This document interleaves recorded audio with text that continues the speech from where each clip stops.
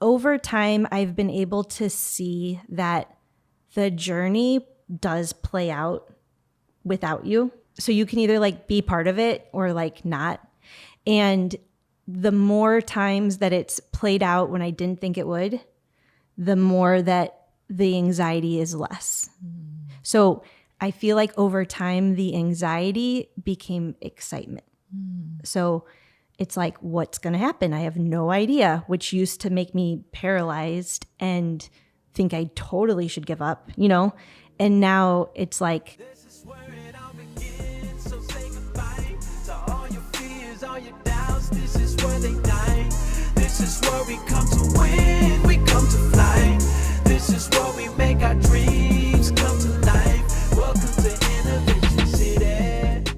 Welcome to Innovation City, a podcast featuring the innovators, creators, and disruptors who are fueling innovation in emerging markets across the country. Super excited. I'm here with my co-host, Leanne Buchanan. Hello, everybody. And we have a very special guest, Robyn Rosenberger. Welcome. thank you. I'm so happy to be here. Robyn, we are excited about this conversation, not just because of what you do, and you've got the amazing swag on. It's my uniform. It's perfect. I wish my uniform Yeah. was an awesome t-shirt. But you are the founder and CEO of TinySuperheroes, and we're going to talk a little bit more about what you do and what change you're trying to inspire in the world. But first, we want to learn a little bit more about you.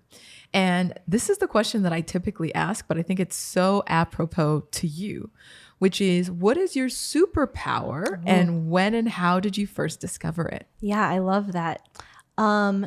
We ask that to a lot of people. We also ask them their kryptonite, which is even harder, really. But we have like trading cards, the kids do, and so now we do too. And we had to write our superpowers. So I thought about it, luckily. So I think my superpower is never giving up. And I didn't always have that superpower. But so if I like think back 5 years or 3 years, like that is the thing that I've grown the most, and I think is why I'm still here. Resilience and grit, amazing. But I want to understand, what was it like before you stepped into your superpower? How did you navigate experiences where you perhaps felt like giving up and maybe did? Yeah. I'll say like in my TinySuperheroes lifespan, it was I have anxiety. Like it's like I actually have anxiety, and then I had a lot of anxiety. And I think that over time I've been able to see that the journey does play out without you. And so you can either like be part of it or like not. And the more times that it's played out when I didn't think it would, the more that the anxiety is less. I feel like over time, the anxiety became excitement. So it's like, what's going to happen? I have no idea, which used to make me paralyzed and think I totally should give up, you know? And now it's like some combination of faith and just like experience that's like, I mean, what really could go wrong? Like at the end of the day, I can get a job. True. I think this process of reframing is something that you learn as an entrepreneur by necessity. Because if you don't, you will die. Exactly. Like you will die. You'll either quit or die, you know? And so you take the lesser of two evils, which is just to proceed. I want to understand from your perspective, who were your superheroes and why do we need superheroes? It's funny because people like assume I'm like really into superheroes, which would make sense. But I'm really not, which doesn't mean I don't have superheroes, but I'm not like a comic superhero. I think they're awesome, but that wasn't my inspiration. Two of my superheroes, have you ever heard of Team Hoyt? So it's Dick and Rick Hoyt, who they have Fitbit commercials, which is where a lot of people learned about them. And I always kind of get this wrong, but Dick was the father and Rick was the son. He has cerebral palsy. And the father has done like qualified multiple Boston Marathons, multiple Ironmans with his son. So like pulls him in a boat, pushes him in the bike, runs with a stroller. And not like, oh, that's amazing. It's like, and qualifies for Boston marathons, right? And did it until his 70s. He actually passed away this year. But like their like story is so amazing. So a fun tidbit, I actually was inducted into the Superman Hall of Heroes. Wow. Which Warner Brothers kicked off, and then I don't know that they continued it. But Rick and Dick also were inducted. So I got to meet them, and we were like in New York. It was like in Times Square, and it was like a casual meet and greet the night before, which to me means like jeans and t-shirt, and in New York means like black dress, right? And I didn't get the memo, probably wouldn't have cared. But I show up and the only other people in jeans and t-shirts were Rick and Dick. And I was like, you're my people. But like, they are just like humbly extraordinary. Do not give up. And like nothing about them is showy, but like everything about them is like unbelievable. Amazing. So tell me about Tiny Superheroes. Well, on the surface, if you like go to our website, we give capes to extraordinary kids. So we send superhero capes to kids with any diagnosis all over the world.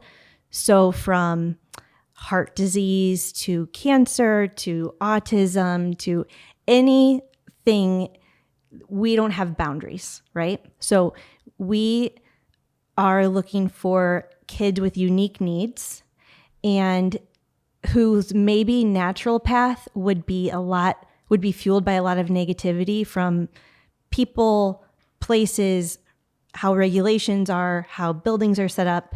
And we are like, I always say like they're hearing so many negative things that like we have to be louder in telling them positive things.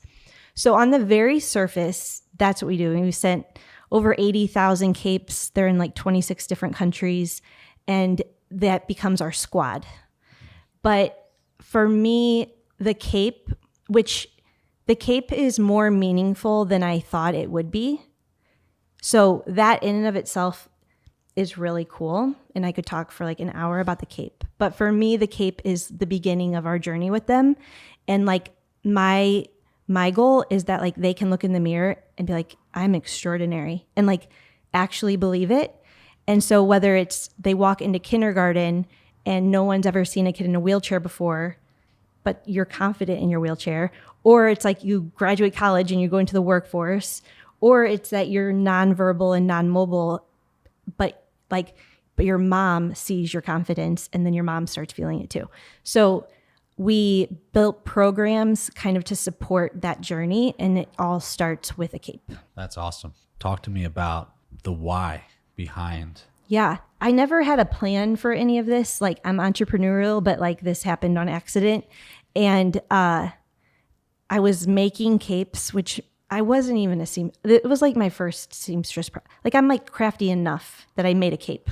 That's really how it, and then I read a blog about this little girl in Illinois with a rare skin disorder. And she was the same age as my son. And like, I have 3 kids now. I had 1 kid when this started. And like, for my first child, like the 20-week ultrasound meant like, is it a boy or a girl?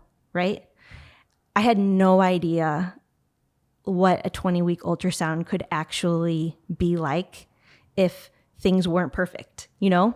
And maybe that blog was the first time it hit me like so close to home, because I vaguely knew the family and they were the same age as my son. And I was like, she needs a cape. And so I sent it. My moment of like, yep, this is what I'm going to do happened pretty early on. So like after I sent that cape, I just kept sending capes through, like someone shared a story on Facebook and I'm like, can I send them a cape? And I had like a blog spot. You know, I was working in a software company. I was clearly bored. And so I was doing this.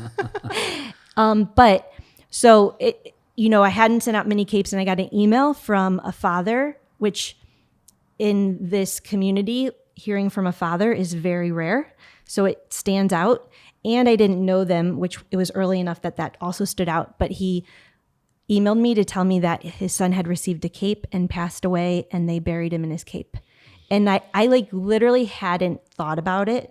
Like I hadn't gone there, nor did I even know what I was doing. And I was like, okay, if I can do anything that would give anyone a moment of hope in the worst moment, then how could I quit? Like money is usually the obstacle for me, like mentally and like in life. It's like, this is like, money would be a really lame excuse to let that stop you. Mm-hmm. And that was kind of like where I changed from someone who maybe gave up at appropriate times to someone who didn't give up at appropriate times. This work has got to be both inspiring, but also really emotionally engaging in both positive and negative ways. How do you manage just the emotions around the work? Yeah. For you personally? It's interesting. We talk about it a lot because like my team, like naturally there are moments where people cry. Like I almost just did. Like you almost just did. And like for better or worse, I'm still analyzing, like I'm not a crier. And over time, so the hardest things we see is when the kids pass away, right? And we call it our angel squad, and it's a huge part of our community. And I think that when you watch a family overcome losing their child, like there is nothing more amazing than seeing them survive that and like thrive. And it doesn't take away the sadness or the like tragedy, but it's like, it's all bigger than that. So for me, it has really like increased my like eternal perspective, because it's like, one, if I didn't have that, then what's the point, right? But also like when you see the ripple effects from every single kid that crosses whether they grow into adulthood or pass away very early, like the legacy is not like my favorite word, but like the effect they have on the world is ginormous. And I think it's bigger than our time here. And no one's impact is more or less based on how long they're here. So I think that like, for me, I've seen the positives of the other side enough that I really focus on that because it's real, you know?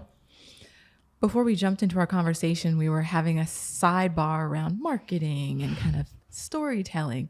And I'd love to understand from your perspective, how is it that you most effectively communicate the power of the cape? Yeah, I feel like it's really hard because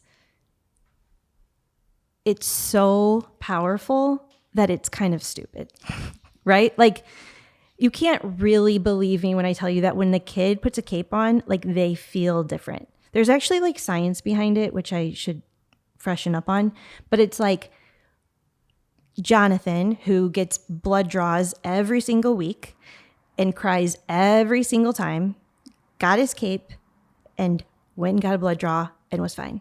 It's like, I can't explain how a piece of fabric changed his mindset, but it did. And I think it's like the message we tell is there's a message to families like Jonathan's, but then there's a message to families who really have no idea what Jonathan's family is going through and maybe never will. And they're really two different messages. And I haven't perfected either of them, you know? Talk to me about challenges. Yeah. Like, what challenges are you facing? So as a business owner, like I do not look at Instagram. The same as like a human, I couldn't look at Instagram just because it's like, I'm failing at life. As a business owner, if you look at Instagram, any company that crosses your feed looks like they are like thriving. Any one of them, like thriving. You're never going to see one on Instagram where you're like, they're doing a bad job, you know? Yeah. Especially if it's coming up to you in an ad, right? And you can like instantly feel completely inadequate and that everything you're doing sucks. While simultaneously, people who are looking at our Instagram probably think we are thriving and have figured it all out and are like living the dream, you know? And no one is, right? Like, I think that the thing about like entrepreneurship is like, it is not the easy path, You know, like I was in this class and he was like, you wouldn't do this if you could do anything else. He's like, so like you think you could do other things, but like you would not do this if there was like another viable option. You know, if you liked working in a software company, you would never do this because this is way more challenging. So the challenges that we face are one, I've worked really hard to build it as a social enterprise and not a nonprofit. And that is a really huge barrier for me that I'm always navigating. But I like really believe that for-profit companies could be totally mission driven and it could be amazing. And for me, that's way more fun, you know, than asking people for money, which is fine, just not my cup of tea. But I think the challenges are that everyone always told me like the 5-year rule, like at 5 years, like things start kind of coming together maybe, or you won't survive. And like at 5 years, like something really shifted for us and things started working where like it really is like a numbers game where it's like, wow, there is like magic to these numbers that when you find it, it starts working and it doesn't really make sense, but it works. And like our challenge right now is like, and now the numbers aren't working, you know? And so it's like you put we've been going like full speed ahead, not without lots of challenges. And like literally in one day, the train just stops. And now you're like, you have to reevaluate you have to pivot without any notice or guidance, you know? So I think the challenges are like, it's super lonely. To navigate, it's a lot of pressure. Like when I was like solo, it felt like a lot of pressure, but now that we have a team, it's like, oh my gosh, like it's overwhelming amounts of pressure. And we have a community that's like watching me. And so like the challenges are real. And then you're like having to face the challenges like public facing and they're never ending. I don't think I've ever had a week where I'm like, things are going smoothly. Like really, I like can't think of a time where it was like, things are really stable. Like, I don't know that they've ever been stable. So how do you ground yourself amidst an immense amount of pressure and the natural roller coaster life that is being an entrepreneur? Where do you find solace and rest? I'm trying to find that, but where I try to find it, so I've realized in the last like 2 years, you learn a lot about yourself, which is great. And my husband is on my team now. So you learn a lot about them too. And you learn a lot about your relationship. And I never knew how much of an introvert I was. And I'm like totally an introvert. And I like people, but like I have to be by myself sometimes. And my current existence is no alone time. I have 3 kids when I get home and I have employees when I get to the office. And like the 5-minute ride to work is like, I have a scooter. So that 5 minutes is like my magic 5 minutes. So I've been taking like 3-day solo vacations to a beach. And it's like literally when I get there, I can think. It's like, I know I can't think, but when you start thinking, you're like, I really couldn't think. But in that process, so it's like, one, I'm learning some self-care techniques that just might help, but really I'm in a constant state of like we're spinning like in the universe. I mean, it's like crazy that we're sitting like that we haven't fallen off the ball that we're spinning on, right? Gravity. Yeah. And like that the trees keep growing, like even in a pandemic, most things kept going, right? With no manpower. And then, but we think like, but our journey, we have to like micromanage or otherwise it's just going to stop. And I'm learning like the word surrender kind of comes up. Like there's this book called The Surrender Experiment, which is like really mind blowing, but it's like the journey is going to happen and it's going to be okay. Right? Like I watched the worst cases scenarios play out. It's hard and there's grief, but like it is okay. And like hardness doesn't like kill us. And so it's like how I'm always trying to find the balance of like letting go and trusting and like doing my job. Because it's like, do I just let go and like walk away and it will happen? You know, probably not. But if I think that I'm the only one who can fix the problem that we're having right now, like probably the problem that we're having right now will lead us to something way different and better than what we were going to do. But if I was trying to control it, I would just try to fix, like Band-Aid the problem to keep going the same way we were. So I am trying to learn how to, like, for me, like I try to trust God. Like for me, the journey is like, I think there's a plan, you know, and I think it's bigger than what we're doing here. So like trying to really actually have faith that that is true, like in everything. I think one of the biggest insights that you learn as an entrepreneur is that faith ultimately is the ability to sit through discomfort, That is so uncertainty. That is so amazing. So we are like super uncomfortable right now, like more uncomfortable than we've probably ever been. Okay. And I'm going to Mexico on Friday. Okay. And I'm like, this is either like the humanly worst time ever to like walk away, or like what an amazing opportunity to practice letting go. And like you can functionally walk through it like, okay, in 5 days, it's not going to like totally fall apart more than it's already. But you feel like it is. And like literally learning how to feel that and not react to it. Like the more I do it, like the more excited I am. Cause it's like, oh, that feeling won't kill me. But I think I grew up thinking like that feeling would kill you, you know, like discomfort in general, confrontation, like any of it. So I'm about to practice that like really hardcore, like, and I'm like going to turn off my phone. Oof. Yeah.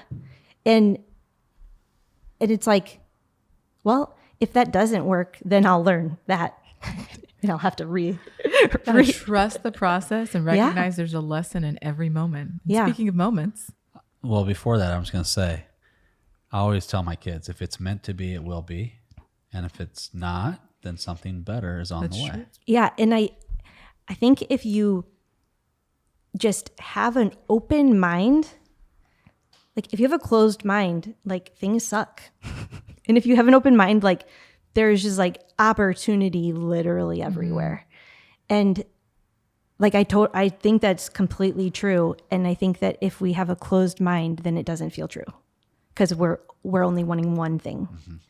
But it's definitely a journey. For sure. Lightning round. Yes. Ooh, okay, let's start. What is a defining moment in your life and how did it impact you? And I see you're breathing to get ready to tell us. Yeah. I'm just going with what the first thing that comes to my mind. So I ran cross country in high school, and cross country, like as a girl, you're either like fast or you're like not fast. And you're either like really fast and then you get slower, or you're like work really, really, really hard and get faster. Right. So I was someone who was like 90 pounds freshman, and I was like, oh, I'm fast, turns out. And my sister, who was older, is someone who's like worked her ass off to get fast. And so we're like in this race, and I like normally beat her, which she was really cool about. But we're in this race, and she's like catches up to me, and she goes, "What are you doing? Run faster." Like she had no interest in like, this is my opportunity to beat you. It was like, why aren't you doing, I know you can do better. You should be beating me. And it's fascinating. That's fascinating. Because it's like, I don't think that I would think the same. I mean, I don't know, but I was like, when she said that, I was like, oh my gosh. And you better believe I like ran faster, you know? But it was like, if you are with people who want you to be your best, and I mean, that's a totally different experience than if you're with people who want to beat you. That was it. And great. That's deep. Yeah. What do you want to let go of?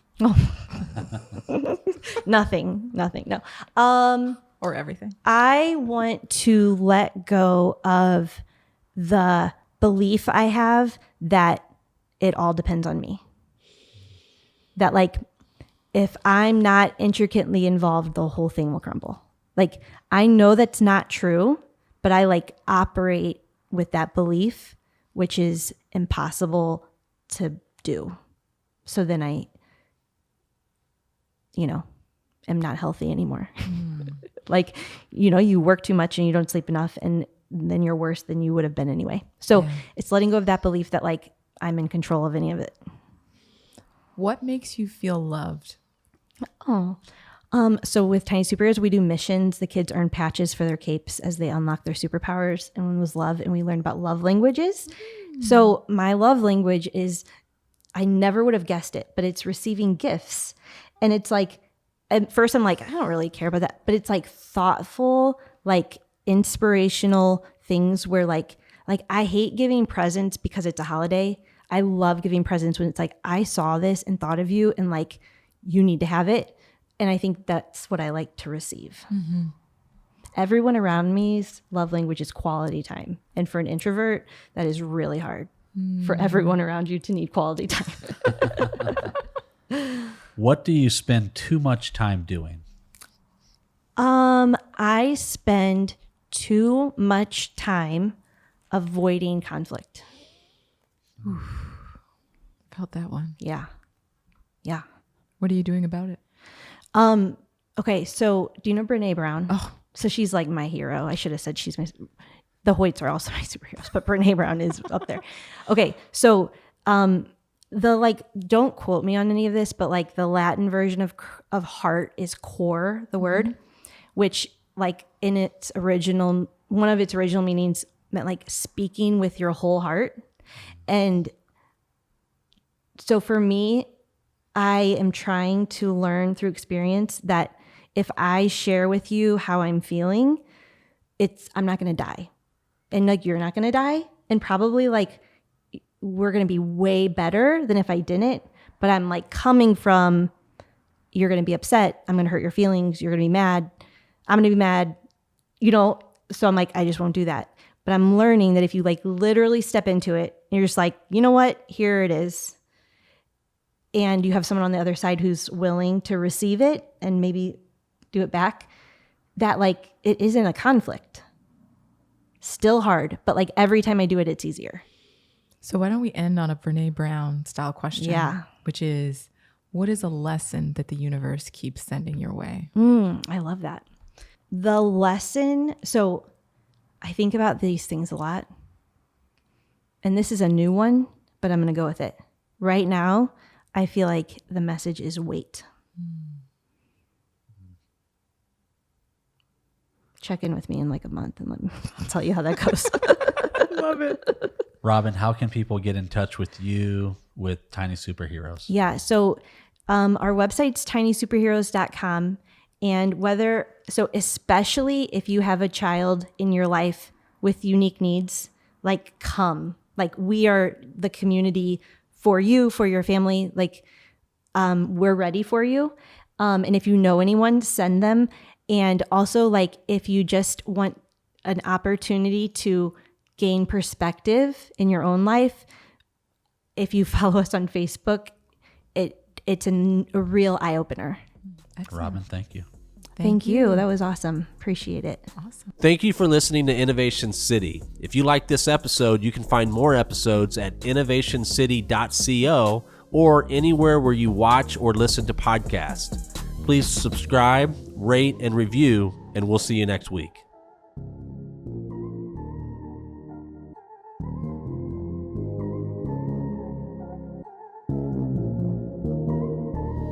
This is where it all begins, so say